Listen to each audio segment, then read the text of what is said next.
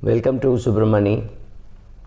Today I'm going to talk about a little vague topic called success and what is success.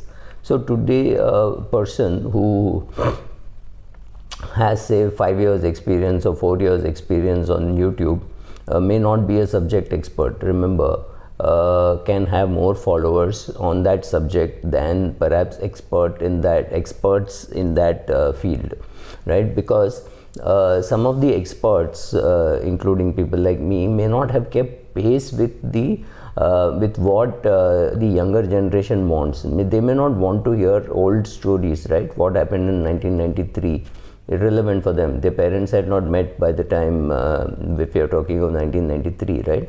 Forget them being born. So they're not really interested in that. So they prefer somebody who is younger, their generation, and talking about equity markets and saying what they should do, being permanently optimistic, saying last 18 years I've seen markets have only longish bull markets and very short bearish bear market, right? Sorry, shortish bear market. Right, so all those things. So they have more YouTube followers. So do you define success as more YouTube followers? Do you have more or whatever social media followers? Right? Is that the way you define success? Is defining success a question of money? Do you say that person has earned so much money, so he or she is very rich? Right? So how would you define the most successful, say, cricket captain or film star? Would you define them by the amount of money that they made? So you say, okay, I will adjust to inflation, so I will compare Dilip Kumar, Amitabh Bachchan, Shah Rukh Khan, and decide who is the most successful one. It's very difficult to define success in especially those fields where people would say, no, you have to be a good actor or things like that. And I don't really know whether being a good actor is enough or being a good cricketer is enough. Forget acting, at least it's more subjective. What about something like cricket?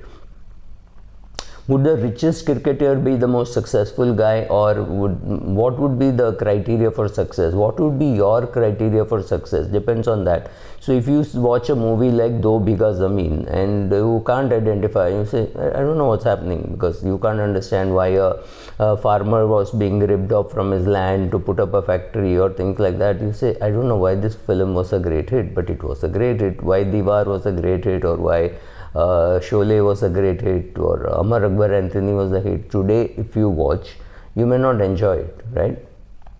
So what do you think is a great movie? What is a successful movie? The one which made money on the box or box office, or on something which was a big hit those days, just a number of people who watched it. So how do you define it? Does it really matter to you whether it was a commercial success because you're going to watch that movie after 50 years, 75 years, whatever? You're watching a great movie and you don't really know who's the producer, nothing, you just enjoyed the movie. You don't really care whether they made money or didn't make money, right?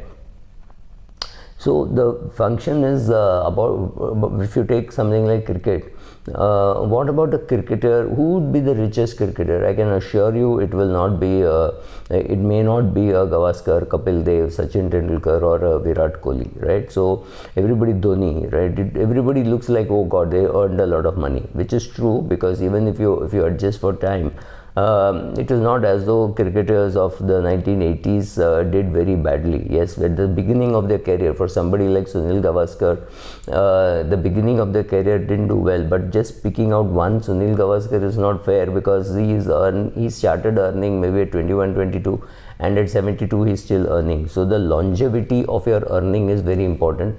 So longevity of earning, spending much less than what you're earning, and getting a good fund manager to manage it. All these combinations are important. Now, for Sunil Gavaskar, the only thing where he earned was perhaps he had a salary from Nirlaun. He earned some money from cricket, and he used to do some endorsement. I don't remember which ones, but they were not really too many, right?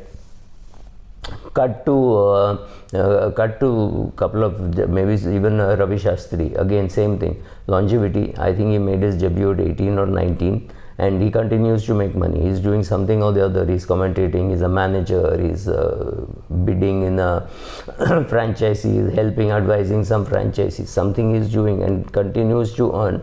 continues to earn. He is about 61 or 60, 61, and he will continue to earn, at least going by his boss's track record, for at least another 15 years. So for another 15 years you are not going to touch your corpus for retirement.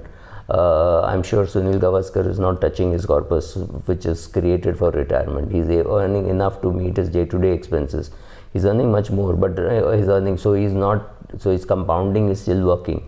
Now for somebody like Sunil Gavaskar or even a Ravi Shastri, the manager was not so important. But for somebody like a Sachin Tendulkar, the manager became very important, because he had to decide how many endorsements he would do, what would he do, how much would he negotiate, and you had to have a very good, professionally fabulous manager who knew how much to charge per tweet and per social appearance, for cutting a ribbon, for launching a product, right? So obviously you can charge a Harley Davidson more than you can charge a Hero, right? Because he got an international audience and he caters to that. So for MS Dhoni, Virat Kohli, and for Sachin Tendulkar, what they do on the social media, that also mattered. How much publicity they needed, how much did they get, how much did they want, all that mattered. And the question is, of after raking in all the money, did that money get managed well, right? So your success, as financial success, I'm not talking of cricketing success, it depends on when did you start earning. So obviously younger people like Ravi Shastri and Sachin was even younger than Ravi Shastri, but Ravi Shastri came in at 18 or 19. I'm not very sure. It was definitely before his graduation. So if you assume graduation is 21, I think he came in at 19 or 20. And he has earned for a pretty long period of time. Now he's 60, so which means 42 years of earning money. Some social media presence, some regular media presence, somewhere he's could be making money, BCCI is paying him, right? So all these things. Now for Sachin Tendulkar, he came in at 16.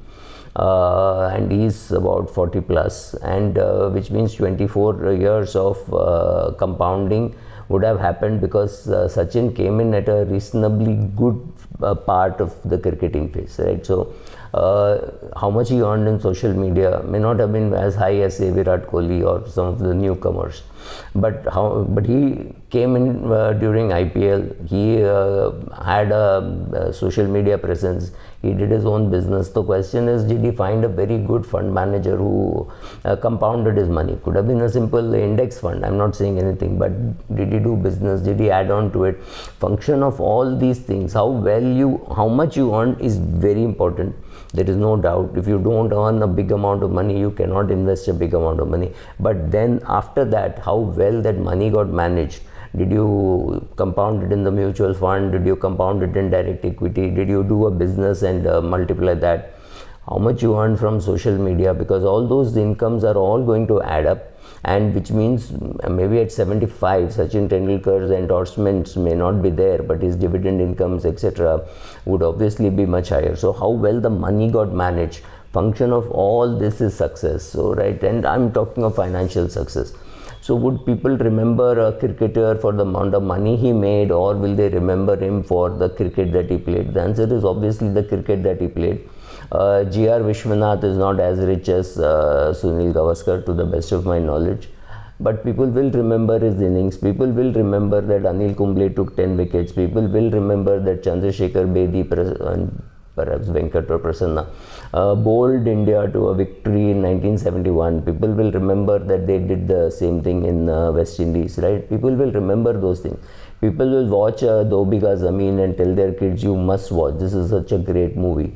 I mean, it had a great impact on how Raj Kapoor would make movies. So some of these things you know are good because they are good. They may or may not have made money, right? Mera Naam Joker, for example, did not make much money for Raj Kapoor because it was a flop. But after that, playing it on OTT platforms, etc., etc., the house has made a lot of money on Mera Naam Joker. So don't write off a movie if it flops the day it is launched, or 1 week later you think it's a flop.